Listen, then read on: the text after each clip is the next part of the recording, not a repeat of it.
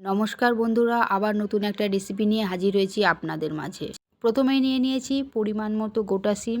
এরপরে সিমগুলোকে টুকরো টুকরো করে কেটে ভালো করে ধুয়ে জল ঝরানোর জন্য রেখে দিয়েছি। এরপর একটা কড়াই বসিয়ে দিয়েছি।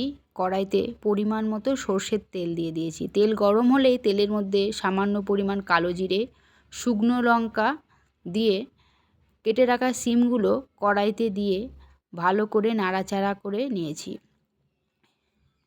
এরপরে কাঁচা লঙ্কা, কেটে রাখা পেঁয়াজ, রসুন সমস্ত কিছু দিয়ে ভালোভাবে নাড়াচাড়া করে নিতে হবে।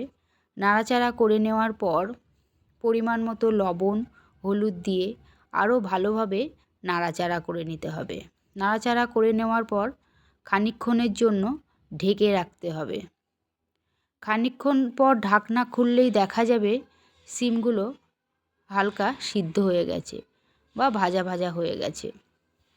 এইভাবে আরও খানিকক্ষণ নেড়ে চেড়ে নেওয়ার পর কড়াই থেকে একটা পাত্রে নামিয়ে নিতে হবে। কড়াই থেকে নামানোর আগে আমি সামান্য পরিমাণ চিনি অ্যাড করেছিলাম। এরপরে সিমগুলো ঠান্ডা হয়ে গেলে একটা মিক্সার মেশিনের মধ্যে দিয়ে ভালো করে পেস্ট করে নিতে হবে। পেস্ট করার সময় এখানে আমি কোনো জল ব্যবহার করিনি। পেস্টটা খুব সুন্দর আঠা আঠা হবে। এরপরে আবারও গ্যাস অন করে কড়াই বসিয়ে দিয়েছি। কড়াইতে সামান্য সরিষার তেল দিয়ে পেস্টটাকে ভালোভাবে নাড়াচাড়া করে নিতে হবে। এইভাবেই তৈরি হয়ে গেল শিম ভর্তা। খেতে দারুণ লাগে।